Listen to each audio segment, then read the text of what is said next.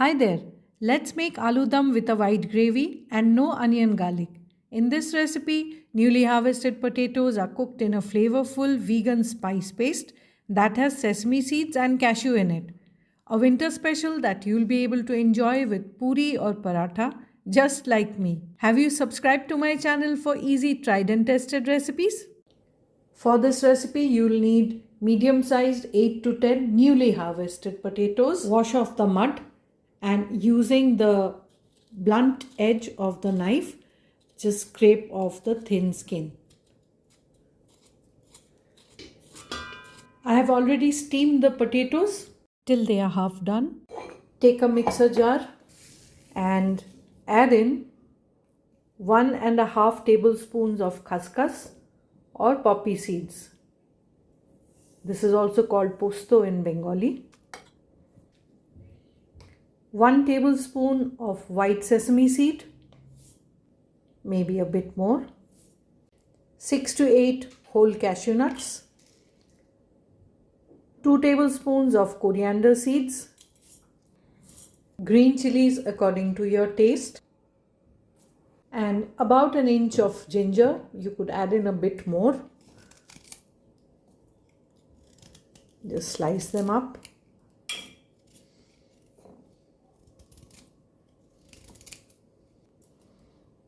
I'll add in a tiny bit of salt and a bit of water and grind this. And this is what I got. I added in a bit more water and I got a smooth and thick paste. That smells really nice. Heat 2 to 3 tablespoons of vegetable oil. Temper it with half a teaspoon of cumin seeds or jeera. You could use ghee in its place, but not mustard oil. We want to keep the gravy as white as we can. So I'll add in a bay leaf, stick of cinnamon, and 2 green cardamom that I have crushed. So once the oil has been flavored, we'll add in the potatoes. All we need to do is just toss them up slightly to give them a hint of color, not much. See how the potatoes have changed color and they've got a light skin on them because of the frying. That's perfect.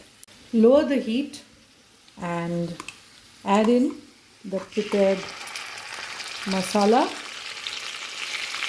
Do you use your fingers to clean out the mixer jar? Let me know in the comments.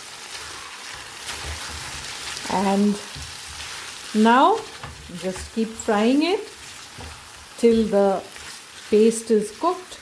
Keep the heat on medium and be gentle with the potatoes when you toss them. So this is how I would like it to look. The paste is clinging to the potatoes and you can also see that it has released the oil. Season it with salt according to your taste and a bit of black salt. That makes a lot of difference. Tiny bit of chaat masala. So the chaat masala also has salt in it. Be careful.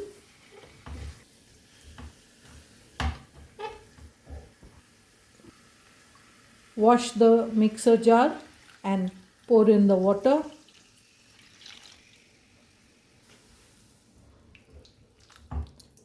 Mix well and bring it to the boil.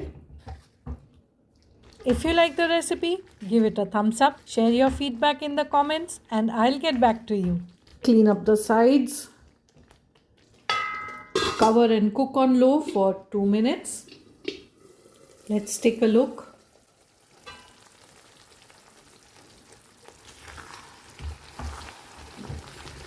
See how the gravy remains white And that is why we have chosen not to add spices that will add color to it.